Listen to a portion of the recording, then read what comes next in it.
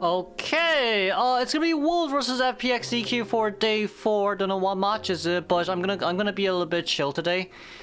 You guys know yourself. Trying to get as much out here as possible. Anyways, we're gonna be seeing Sans with a first chase here immediately as the Magician first chase shouldn't be too bad, because this is still Magician. Ooh, that's a very beautiful predict by Tawai. That's a very beautiful predict there by Tawai, but there's still there is still two more, you know, Magicians 1 there to use left. So with Tawai side here as well, seeing that Magician actually double backed, but little did he know, Magician went straight towards the window right there as well. But it seems like Sans is kind of stuck there as well, but this is quite a bit of a long window as well. So if we TP back here, that's a very nice hit base. But it does seem like the Magician here did perform his magic pretty darn well. Confused the Hunter quite a bit as well. Well, wouldn't really blame Tawai himself, but Magician would be going down. Oh, beautiful flywheel, but a little bit early. Now, that is a 60-second down. That is rather fast as well. So, well, you can only blame that the first hit wasn't really... The first hit predict by Tawai was brilliant. You can only blame that. Really, you can't really blame, like, you know, Sans for not containing well. It's just unfortunate. Well, this is kind of one of the reasons why Magician isn't being picked as much. It's only being picked against Sandra just because.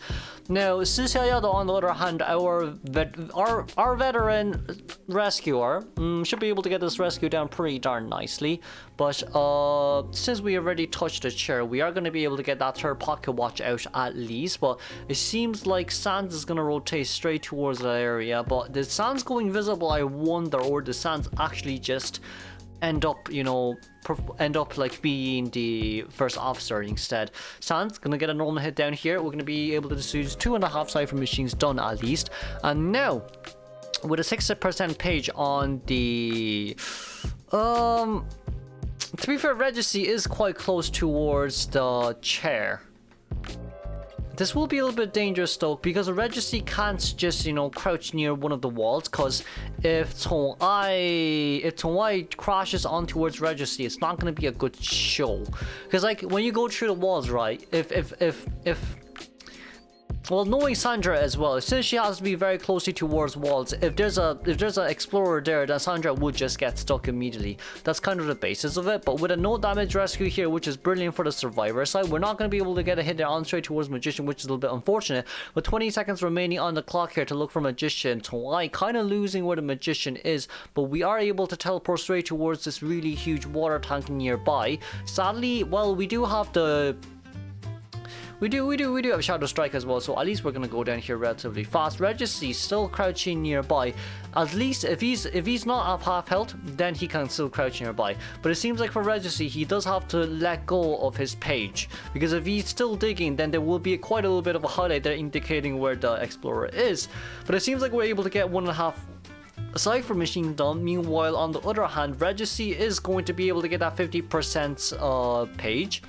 It seems like he's going to get 56%, but there is still one more page remaining on the field though. That's the good news, is there's still one more page remaining on the field. The bad news is first officer is at half health and first officer has to decode a completely new cipher machine.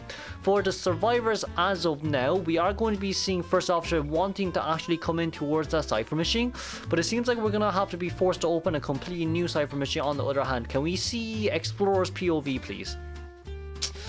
It's because if we can see Explorer's POV, then we know, okay, does Explorer have another page or does he not? But it seems like it's going to be fully given towards the coordinator right now. Cordy using that gun, knowing that Tawai doesn't have excitement for that immediate down. We're able to go rotate here for quite a bit of time. Gets to head over the pallet there as well. Where is the Explorer? It seems like Explorer wants to go off and finish the cipher machine that Cordy was decoding instead. Currently at 60%. We missed the Shadow Leap there. And Cordy being able to vault over that, but vaulting back once again. The speed boost has still been applied here, which isn't too bad. We are able to vault over that window right there. And there goes down to Cordy. Okay, Cordy going down here shouldn't be too bad. First officer cipher machine is almost done, and first officer still does have an item as well. Now the only issue here is, well, the only issue we have on hand is Cordy doesn't have item, Explorer doesn't have item. So for the second containment here, if we get Cordy, well, we're gonna be able to get you know, Explorer down first because we don't want to look for an Explorer. We're gonna get Explorer down first, maybe Cherry Explorer, but maybe don't Cherry Explorer and go for Cordy instead because there's a Cordy with no items, right? Now we do spot out where Explorer is. Explorer did get stuck there. We decided not to TP back, but that's gonna be a normal. Oh, that's not a bad pallet stun, but we do have teleport, so no, we blinked over and said, okay, that's GG's. That's a 3-man. I feel like we could have pallet stunned Tawai there. No matter what happened, I feel like we could have pallet stunned Tawai, but also at the same time, survivors could be worried that this is an excitement. But if it was an excitement, Tawai would have used it already though. That's just kind of my issue there. But it is still a 3-man elimination at the end of the day. Let's congratulate Tawai here from a tie to 3-man. Let's move on to our second half with Dongshin. Okay, moving on to second half. Dongshin spawning by water tank here. We're gonna look for the Antiquarian who's gonna rotate straight into Shaq right now. Sees what the footprints is, maybe. But since this is before the patch, footprints are kind of, you know, dark red instead of bright red. Anyways, we're gonna go straight to middle here, trying to look for Gardner who is nearby. Well, for DongX's side, Sandra's gonna rotate a little bit closely towards middle. We're gonna go and force Wilding on board first. I mean, it's not too bad if you force Wilding on board, but chasing after Wilding may not be the best idea because Wilding can kind of just infinitely loop you there with the vaults. We are going to be able to see Gardner, 47 being the Gardner for this game. It seems like Bubble is going to burst pretty darn soon in the next 5 seconds. Yet, as of now, should be able to successfully vault over that. Now, Dongshin, for Dongshin's early game, it is a 60-second free containment for the survivors, but once again, it's a Gardner that we're going to chase after right now. We still, of course, do have Blink for this game. We're going to run Trump Card Detention here with Blink, but with Gardner, is this a Terror Shock? This is not a Terror Shock, kind of just short on the hitbox there, but that's also because of the fact that Sandra is quite a speedy hunter after all. Now, 47 still trying to rotate around here as much as we can. We're gonna get out of our shadow form. Didn't really hit anything there just yet. Gonna force over to vault the window himself, so Gardner can't really come back in. And yeah, TPing back here. There is Blink, but what Dongshin decides to use Blink here for a little bit of a faster down. Now, it is 100 seconds in towards the game. DongX needs a 3-man elimination in order for us to tie game 1. For now, more or less, let's just say, as long as Wilding performs a normal rescue, that isn't a double down, we should be seeing a 3-man endgame bare minimum. Bare minimum 3-man endgame, but 4-man endgame is highly possible. It's just with the fact that, you know, Wilding decodes 30% slower. Well, 25% slower, not 30, 25% slower. It is pretty darn slow. So the 4-man end game, it could come out if we manage to rebound quite a little bit from Gardner's side. But it seems like for survivors right now, they're deciding to not rescue Gardner at all. Because maybe rescuing Gardner before half and allowing Gardner to stack up the 1.7 second bubble out of 2 second, you know, before the second rescue, she can get another immediate bubble out and then maybe loop around factory here a little bit. Maybe that could be one of the best case scenarios, but with the survivors here, it seems like they don't want to risk it too much. I feel like they probably should have rescued before half and then have Psycho Whistle the Wilding, and then in this case scenario you kind of do buy a little bit more time as well. Wilding taking the normal hit, we are able to get a rescue, but it seems like we're going to chase after Wilding instead. Now that is a double down situation. Gardner having to rebound kite here. This is going to be really hard. This is going to be extremely hard for Gardner to rebound kite over 20 seconds. Now, we are going to get bubble up, but it seems like the bubble did manage to negate it quite a bit. There's nothing left in this area for Gardner to use to contain it. So Gardner, on the other hand, did manage to kite out tie turner time. But the Cypher machine is not enough because of the double down situation right now. The Cypher machine is 100% not enough. Now, DongX has teleport. He did change the teleport right now. We're gonna teleport immediately to Psychologist. Seeing where the Psycho is right now, we're gonna get a normal hit on Psychologist. Wilding still on the ground. Can Wilding heal up on time? We're gonna TP back straight towards Wilding, but Wilding got on board. How could you self-heal in front of Sandria? How could you self-heal in front of Sandria? Not to mention, this is DongX's Sandria. This is the price you pay for self-healing in my face. Said by DongX, not by me. We are going to be seeing Jelly rushing out, trying to crouch for as long as possible for Guagua or Anti-Current here to open the Cypher Machine. They are missing one full Cypher Machine. They are still missing one full Cypher Machine, which is the unfortunate part of this game. Okay, back into the game we go. Sorry, I fixed the Wi-Fi issue. We're going to be back here. Jelly still crouching outside right now. They're missing one full Cypher, as I was saying.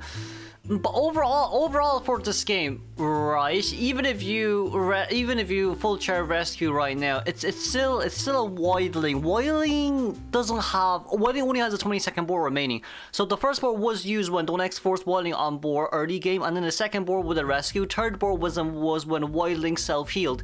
So now with this fourth board, it will only be a 20-second duration. Gets the hit right over the pallet right now. Seems like Jelly would have to leave away from this area to go straight towards maybe factory to finish off 50% Cypher Machine, but at least with Anti-Current here, she should guarantee the rescue. The first thing is Anti guarantees the rescue. The second thing is Anti can knock back this Hunter enough for Wildling to get on board. But I don't think Anti-Current needed to use that sweep right there, cause even if they get a hit on Wildling there, Wildling only has a 20-second board, so it's not going to make that much of a difference at all for Sandra, so you probably might as well save that normal hit there for yourself. But we are going to teleport back here immediately, trying to look for 11 right now. Sees where 11 is, but 11 will be off board. That's going to be a 60-second board cooldown, and 11 going down here immediately. We will be seeing the Anti-Current popping open that Cypher, but right after that Cypher Machine has been popped open, we still do have teleport. We still 100% do have teleport right now. Now the 4-man elimination rate definitely went up by quite a lot. We do see Anti-Current nearby. Anti-Current has 3 more flutes here for herself to use. But even if we do that right now, DongX! Alright, I forgot he's immune to Anti-Current. Alright, he is immune to Anti-Current. There also was that it seems like we're going to chair Anti-Current and go out to scout for where Psycho is. At least the good news is right, even if Psycho goes out into hiding, all what DongX needs to do is to TP back towards his nearest shadow, so then he can get indicated where Psychologist is. That's all what DongX has to do right now. So with a chaired Psycho here, it doesn't really matter. DongX is just trying to look for Tinnitus right now, but it seems like he's going to slowly but surely rear his way towards the chair once again, not seeing or hearing any Tinnitus. We're going to TP. It seems like that indicated that the dungeon was there. I don't know how this direction thing works, but for DongX not having any Tinnitus here once again, it does seem like Jelly will be eliminated pretty darn... No, not Jelly. Guagua will be eliminated pretty darn soon, and our Psycho here is rushing straight towards Factory Ruins. Now, we did get an indication of where Psychologist was this time around. Well, yeah, I mean, she was like...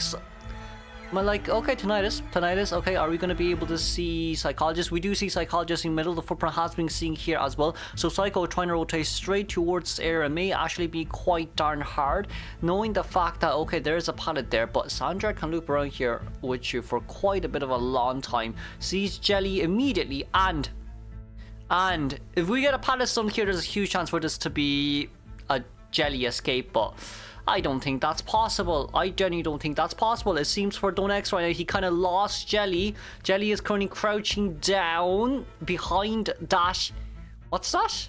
It's not a barrel, but we are going to be able to see the Psychologist. Let's congratulate 4-man elimination here for DongX. Moving on towards second half. Well, game 2.